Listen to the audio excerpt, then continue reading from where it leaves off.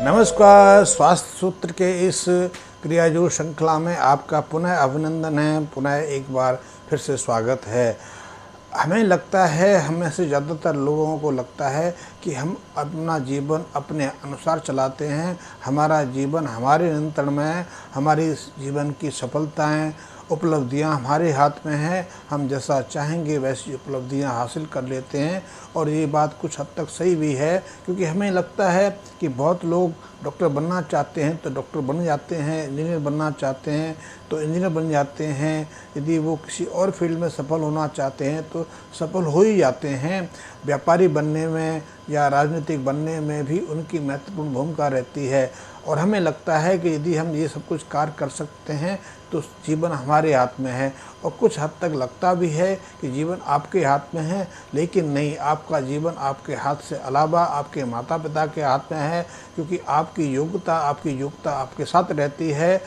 लेकिन जो माँ बाप का उसमें पुरुषार्थ रहता है, जो सपोर्ट रहती है, जो एफर्ट्स रहते हैं, वो आपकी सफलता के मुख्य आधार रहते हैं। आप अपने प्रयास से वो सफलताएं प्राप्त नहीं कर सकते, क्योंकि ऐसे बहुत लोग हैं, ऐसे बहुत विद्यार्थी हैं जो शायद आपसे ज़्यादा योग्य हों, आपसे ज़्यादा उच्चतम श्रेणी की बुद्धिक क्षमता रखते हों, लेकिन उन्हें साधन उपलब्ध नहीं होते, उन्हें वो प्लेटफॉर्म उपलब्ध नहीं होता, इसलिए वो पिछड़ जाते हैं, वो पीछे रह जाते हैं, वो उपलब्धियाँ प्राप्त नहीं कर पाते हैं। लेकिन आप उनसे कम योग्य होने के बावजूद भी उनसे आगे निकल जाते हैं। और फिर जब आप सफल होते हैं तो आपको लगता है कि आपने जो कुछ प्राप्त किया है, आपने पुरुषार्थ से प्राप्त किया है, अपनी योग्यता और क्षमता के साथ प्राप्त किया है। इसलिए आप तब माँ बाप को इग्नोर करना शुरू कर देते हैं, माँ बाप की अवहेलना शुरू कर देते हैं, माँ बाप की जो बातें हैं, माँ बाप के जो निर्देशन हैं, उनको छोड़ना सुनना पसंद नहीं करते, आप उनको त्याग देते हैं। इससे जीवन में कई तरह की परेशानियाँ आती हैं। आज के समाज में ये उठापटक देखी जा रही है, और इसके कारण हमें लगता है कि जीवन में एक उथल पुथल सी मची हुई है, कि जीवन केवल कुछ बनने का उद्देश्य नहीं है, जीवन जीने का उद्देश्य है। यदि जीवन में जीना है तो आपको वही कार्य करने हैं जो जीवन के हैं। डॉक्टर बन के आप सिर्फ डॉक्टर बने नहीं रह सकते, आपको एक गृहस्थी बनना भी है, एक सामाजिक जीव बन कर रहना पड़ेगा, वो बहुत महत्वपूर्ण है। तो मेरा कहने का अभिप्राय ये है कि हमें लगता है ऐसी सफलताएं पाके कि शायद हमारा जीवन हमारे हाथ में है, लेकिन आपने देखा होगा कि एक व्यक्ति अपने प्रयास से, अपनी माँ बाप के पुरुषार्थ से डॉक्टर बन जाता है, MBBS कर लेता है, फिर MD करता है या MS कर लेता है, उसके ऊपर और भी वो अच्छी हायर एजुकेशन प्राप्त कर लेता है, DM कर लेता है या फिर PhD करता है, लेकिन सफलता तो उसके हाथ में नहीं है। एक उच्च शिक्षा प्राप्त डॉक्टर ज़्यादा सफल नहीं हो सकता, शायद उतना यश प्राप्त नहीं कर पाता जितना कि एक MBBS प्राप्त कर लेता है, एक MBBS एम्पायर खड़ा कर लेता है, वो बड़े अस्पताल का मालिक बन जाता है। लेकिन एक MD या एक MS किसी दूसरे अस्पतालों में नौकरी करके गुजारा करता है, तो सफलता तो हमारे हाथ में नहीं हुई, हमारे हाथ में सिर्फ उतना था जितना कि हम कर सकते थे। ऐसे जीवन के अन्य क्षेत्रों में भी है कि सफलता, यश, प्रतिष्ठा, मान सम्मान आपके हाथ में नहीं है, वो किसी और चीज़ के हाथ में है। हम यदि बात करें स्वास्थ्य की, तो स्वास्थ्य भी आपके हाथ में नहीं है। स्वास्थ्य कब बिगड़ जाए, कब बीमार पड़ जाए, क्योंकि ऐसे बहुत घटनाएं आप जीवन में देखते हैं, आपने देखी होगी। मैं दो उदाहरण बताऊं। मेरे एक मित्र हैं, वो उन्होंने जीवन में बहुत संघर्ष किया। वो जब बचपन में थे तो उनका परिवार भरा पूरा संपन्न परिवार था, बड़ा व्यापारी परिवार था, लेकिन अमृतसर में टेररिज्म शुरू हो गया। उसके बाद उनकी दुकान में कुछ आग लग गई, क्योंकि उनके दुकान का एरिया स्वर्ण मंदिर के पास पड़ता था। उनका बड़ा व्यापार था, उनमें देसी घी का व्यापार करते थे, तेल का व्यापार करते थे, तो वो सब कुछ नष्ट हो गया, नीचे आ गए। उन्होंने कई साल तख्त पर सामान बेचा, वो फिर गारमेंट्स में आ गए, बेडशीट बेचने लगे, कंबल शॉल बेचने लगे। फिर उन्होंने बहुत प्रयास के बाद फिर अपना वो सब कुछ प्राप्त कर लिया। और आज से करीब 1 साल पहले तक वो उन्होंने अपने व्यापार को इतना स्थापित किया कि वो करीब 10 करोड़ के मालिक बन गए। अनायास एक दिन मुझे फ़ोन आया उनके घर से कि वो रात को दुकान बंद करके गए, बंद करने के आधे घंटे के बाद उनकी मृत्यु हो गई। उनको डॉक्टर कहते हैं हार्ट अटैक आ गया। मैं हार्ट अटैक या किसी और बीमारी में नहीं पचना जाता। मेरा कहने का अभिप्राय है कि उनका जीवन का अंत हो गया। 1 घंटे पहले वो अपने दुकान से, अपने व्यापारिक किस्से से घर लौटे थे। घर उन्होंने चाय पी, बात की और अनायास उनको ऐसा कुछ हुआ कि उनका देहांत हो गया। इसी तरह के एक और उदाहरण है मेरे पास, वो भी एक अमृतसर का है। वो सामान्य परिवार से था, उनके पिता नौकरी करते थे। पिता फिर कलकत्ता जाके किसी के यहाँ नौकरी करने लगे। यहाँ उसने बहुत संघर्ष किया। वो किसी की दुकान पर काम करता था तो उसको कई शहरों में पैसे लेने की जाना पड़ता था, व्यापार के कुछ चीज़ें हैं सप्लाई करनी पड़ती थी। फिर अनायास उसके हाथ कुछ ऐसा लग गया कि उसने 10-15 साल में कायाकल्प कर लिया, मकान बना लिया। मकान, एक कोठी बनाई। पंजाब में यदि पॉश एरिया में कोई मकान बनाए तो उसे कोठी कहते हैं, तो कोठी बना ली। लेकिन कोठी बनाने के पहले दिन उसका गृह प्रवेश था। गृह प्रवेश के तुरंत बाद उसकी वहाँ क्षण भर में मृत्यु हो गई। परिवार उसका पीछे रह गया। 2 बच्चे उसके थे, छोटे थे। एक उसकी लड़की थी 12 साल की, बेटा था 8 साल का, उसका देहांत हो गया। तो जीवन में कब बदलाव आ जाए, कब कुछ हो जाए, हम कुछ नहीं कह सकते। हमें लगता है कि जो कुछ कर रहे हैं, जब तक जीवित हैं, स्वस्थ हैं, हमें लगता है कि हम कर रहे हैं। लेकिन कभी कभी जीवन में कुछ ऐसी अनायास घटनाएं घट जाती हैं जिनका हमारे पास कोई ना तो कोई उसका मूल्यांकन होता है, ना कोई उसका उत्तर होता है कि ऐसा क्यों हो गया। तो जीवन को हम कहें कि जीवन को हम चला रहे हैं, जीवन को हम संचालित कर रहे हैं, जीवन की घटनाएं हमारे हिसाब से घट रही हैं, जीवन को हम अपने हिसाब से गढ़ रहे हैं, तो शायद ये अतिशयोक्ति है। सही हम इसको नहीं कह सकते क्योंकि जीवन हमारे हाथ में नहीं है। जीवन, हाँ इतना कह सकते हैं कि जीवन की कुछ घटनाएं हमारे हाथ में होती हैं, लेकिन वो घटनाएं भी तब तक हमारे हाथ में रहती हैं जब तक हम प्रकृति के साथ में रहते हैं, प्राकृतिक परिवेश में रहते हैं, प्राकृतिक वातावरण में रहते हैं, पारिवारिक स्थितियों में रहते हैं, परिवार के साथ में रहते हैं। हम अपने घनिष्ठ संबंधियों के दिशा निर्देशन में चलते हैं। यदि हम इन सब को छोड़ के हम अपने को एक ऑटोनोमस बॉडी मान लें, हम स्वतंत्र हो जाएं, हम एकाएक उन्मुक्त जीवन जीना शुरू करते हैं, तो शायद लगे कि जो कुछ हम प्राप्त किया है वो ना तो हमारा रहता है, ना स्थिर रहता है। हमारे जीवन में नाटक की घटनाएं होती हैं और फिर हमारा जीवन एक तरह से पतन के मार्ग पर चल उठता है। क्रियायोग ऐसी पद्धतियां हैं वो उसी जीवन को समझने के लिए की जाती हैं।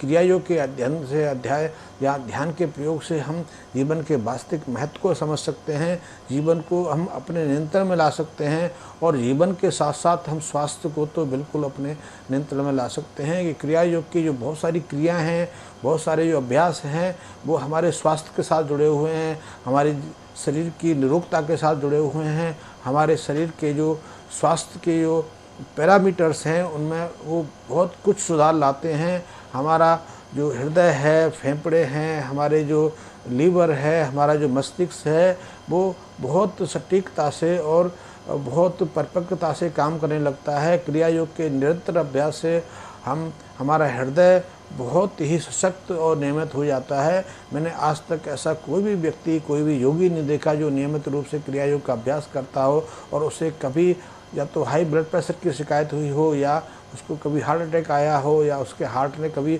अनियमित व्यवहार दर्शाया हो। तो क्रिया योग जीवन पद्धति एक के साथ साथ वो योग की ऐसी पद्धति है जो हमारे शरीर पर नियंत्रण स्थापित करने में मदद करती है। और हम उसके बाद कह सकते हैं कि हाँ, हम अपने जीवन को अपने हिसाब से डाल सकते हैं। लेकिन फिर वही मेरी बात है कि जीवन यदि प्राकृतिक परिवेश में, प्राकृतिक वातावरण में जुड़ा हुआ है तभी तक आपके हाथ में है।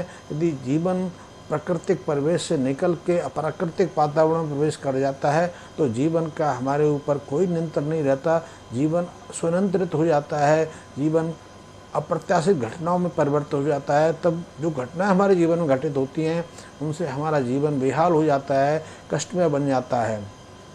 इसलिए जो लोग सोचते हैं कि जीवन को वो स्वयं संचालित कर सकते हैं, वो जीवन में स्वयं अपनी इच्छा अनुसार कोई परिणाम ला सकते हैं, तो ये कहना बहुत संदिग्ध और बहुत बेमूल्य है कि आप अपने जीवन को संचालित कर सकते हैं। कि जीवन में कल क्या घटने वाला है हम कह नहीं सकते। एक पिता है, अपने बच्चों की परवरिश करता है, बच्चों को अच्छी जिसको आज कहते हैं अच्छी शिक्षा देता है, उन्हें अच्छी शटल देता है, क्या आप भरोसा कर सकते हैं कि वो बच्चे उस माँ बाप को पालेंगे, कि माँ बाप की सेवा करेंगे या माँ बाप को अपने साथ रख पाएंगे? ये संदिग्ध है, क्योंकि आज हम देख रहे हैं कि हमारे समाज में ऐसे बहुत लोग हैं, बहुत माँ बाप हैं जिन्होंने अपना जीवन बच्चों की सेवा में, बच्चों को सेटल करने में गुजार दिया। और ऐसे लोग सामान्य जीवन से संबंधित नहीं है, सामान्य वर्ग से सीमित नहीं है, अच्छे हैं। कई इसमें जुडिशरी से जुड़े बड़े बड़े जजेस हैं, एडमिनिस्ट्रेशन से जुड़े हुए लोग रहे हैं, IPS IAS ऑफिसर रहे हैं, जिन्होंने बच्चों के लिए अपना सब कुछ गुजार दिया। लेकिन बच्चे जब परिपक्व हो जाते हैं, बच्चे जब वयस्क होते हैं, स्वयं निर्णय लेने के योग हो जाते हैं, तो उन्हीं माँ बाप को वो छोड़कर एक स्वतंत्र मार्ग अपना लेते हैं। और एक चीज़ और प्रचलन शुरू हुआ है कुछ वर्षों से। पहले लोग गांवों से शहर आते थे, गांवों में माँ बाप को छोड़ के आते थे, शहर में आके वो खुशहाल ज़िंदगी की एक लालसा लिए रहते थे। लेकिन आज एक नया परिवर्तन हुआ है कि शहर में, छोटे शहरों में या शहरों से जो लोग सेटल हो गए हैं गांवों से आके, वो अपने बच्चों को भी उसी तरह से सेटल कर रहे हैं, पढ़ा रहे हैं। तो उनको क्या भरोसा है कि उनके मकान में, उनके साथ में उनके बच्चे रहेंगे? क्योंकि बच्चे उनके साथ उन शहरों में रहने वाले नहीं हैं, क्योंकि बच्चे सेटल होने की चरण में, सेटल होने के प्रयास में छोटे शहरों को छोड़ के मेट्रो सिटी में जाएंगे। यदि आप छोटे शहर किसी चंडीगढ़ में रहते हैं तो बच्चे आपके हो सकता है बेंगलोर में रहते हों, पुणे में रहें, चेन्नई में जाएं, मुंबई जाएं, कहीं भी जा सकते हैं। या फिर देश की बात ना करें कि देश से बाहर प्रदेश चले जाएं, अमेरिका चले जाएं, ब्रिटेन चले जाएं, कनाडा चले, क्या वहाँ से वापस कोई आप उम्मीद करते हैं कि आपके बच्चे वापस आएंगे? नहीं। आप जितना मर्जी उनके लिए सेवा करें, आप जीवन को अपने हिसाब से नहीं चला सकते। जीवन को प्राकृतिक दृष्टि से चला पाएंगे, वही आपके लिए महत्वपूर्ण है। जीवन बहुत महत्वपूर्ण है। जीवन में धन की एक विशेष आवश्यकता अवश्य रहती है। जीवन में कुछ पाने की लालसा बहुत अच्छी है, बहुत ज़रूरी भी है।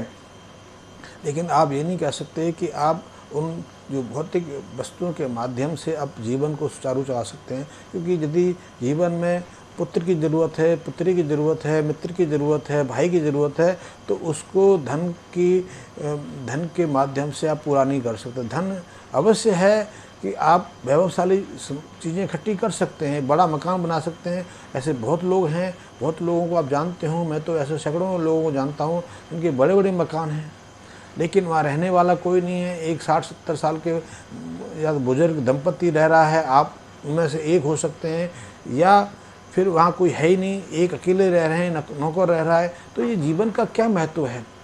क्यों? एक चीज़ आपने देखा होगा, जब आप छोटे थे, आप 20-25 साल पहले एक संयुक्त परिवार में रहते थे। संयुक्त परिवार में 7-8 लोग थे, 4-5 भाई थे, माँ बाप थे, दादा दादी थे, तो 1-2 कमरों में बहुत खुशहाल रहते थे, आनंद से रहते थे, जीवन बहुत भली प्रकार से कटता था। लेकिन अब आपके पास 200-300 गज का मकान हो सकता है, लेकिन हो सकता है उस मकान की पूरी सफाई तक नहीं हो रही हो। जो बच्चे तो पूछने वाले नहीं, बच्चे जो आपके पास से सेटल होने के नाम पर या तो मेट्रो सिटी में चले जाते हैं या विदेश में चले जाते हैं। वहाँ से तो 4-6 महीने में कभी फ़ोन आ जाए तो ही बहुत है, अन्यथा कुछ वर्षों के बाद तो फ़ोन आना ही बंद हो जाता है। तो जीवन को समझना, जीवन को कहना कि हमारे हिसाब से चल रहा है, ये शायद निसंशय कोई सत्य नहीं है। जीवन की वास्तविक पहचान है कि आप जीवन को समझें, प्रकृति के साथ जुड़ें। और मैं तो कहूँगा कि जीवन का भरपूर आनंद लेना है, जीवन का महत्व समझना है, अपने स्वास्थ्य को और अपने संवेदनशीलता को बनाए रखना है। अपने बच्चों के साथ आपको संपर्क में रहना है, तो नियमित रूप से क्रिया योग का अभ्यास करना बहुत आवश्यकता है। क्रिया योग आपके बौद्धिक शिखर को शीघ्रतम या उच्चतम शिखर तक ले जा सकती है। यहाँ सही निर्णय ले पाते हैं और आपके चारों तरफ ऐसा वातावरण बन जाता है कि आपके विरोध में कोई भी परिवार का सदस्य या कोई भी परिचित नहीं होता। आपके साथ सभी मेल मिलाप करना चाहते हैं, आपके सानिध्य में रहना चाहते हैं, आपका अनुसरण करना चाहते हैं, क्योंकि आपके अंदर ऐसी सकारात्मक ऊर्जाएं प्रभावित होने लगती हैं आपके शरीर से। आपके व्यवहार में इतनी आकर्षण शक्ति पैदा हो जाती है, इतनी चुंबकीय शक्ति आ जाती है कि हर आदमी आपके निकट संपर्क में रहना चाहता है। तो जो क्रिया योग की पद्धतियां हैं वो शारीरिक स्वास्थ्य के लिए तो हैं ही हैं, वो आपके मानसिक स्वास्थ्य के लिए बहुत अच्छे हैं, मानसिक व्यवहार के लिए बहुत अच्छी हैं। आपके मानसिक व्यवहार में, स्वास्थ्य में और आपके जो जो दुनिया का दृष्टिकोण है, जो पारिवारिक दृष्टिकोण है, उसे बदलने में, उसे सुधारने में, उसे आकर्षित बनाने में बहुत मददगार साबित होता है। तो क्रिया योग का अभ्यास करिए। क्रिया योग है मन, शरीर और आत्मा के मिश्रण का समन्वय का एक विज्ञान। इसके माध्यम से आप मन पर नियंत्रण करते हैं, श्वास पर नियंत्रण करते हैं और आत्मिक स्तर पर नियंत्रण करते हैं। आपका आत्मिक स्तर आपके शारीरिक और मानसिक स्वास्थ्य को नियंत्रित करता है। यदि आप अपनी अंतचेतना को सक्रिय कर सकते हैं, आप अपनी अंतचेतना के साथ संपर्क स्थापित कर सकते हैं, तो निश्चित रूप से आप निरोगी रह सकते हैं, अपने शरीर को स्वस्थ रख सकते हैं और अपनी मानसिक जो परिपक्वता है, मानसिक जो क्षमता है, उसका सदुपयोग कर सकते हैं। और आज का जो वीडियो है मैं यहीं समाप्त कर रहा हूँ। इसका शेष भाग क्रिया योग के संबंध में और बहुत विस्तार पूर्वक मैं अपने अगले वीडियो में बताऊँगा। आपको मेरे साथ जुड़ना है तो आप मेरे जो मैसेज बॉक्स में उसमें कमेंट्स के साथ अपना नंबर दे सकते हैं। आपको यदि क्रिया योग संबंधी कोई नई जानकारी चाहिए, कोई अतिरिक्त विषय पर कोई जानकारी चाहिए, तो मुझे मेरे कमेंट बॉक्स में मैसेज दे सकते हैं। लेकिन मेरा आपसे एक अनुरोध अवश्य है कि मेरे इस वीडियो को लाइक करें, शेयर करें और सब्सक्राइब करें, जिससे कि मेरे में उत्साह बना रहे और मैं आपको व्यवहारिक बातें समय समय पर देता रहूँ। धन्यवाद।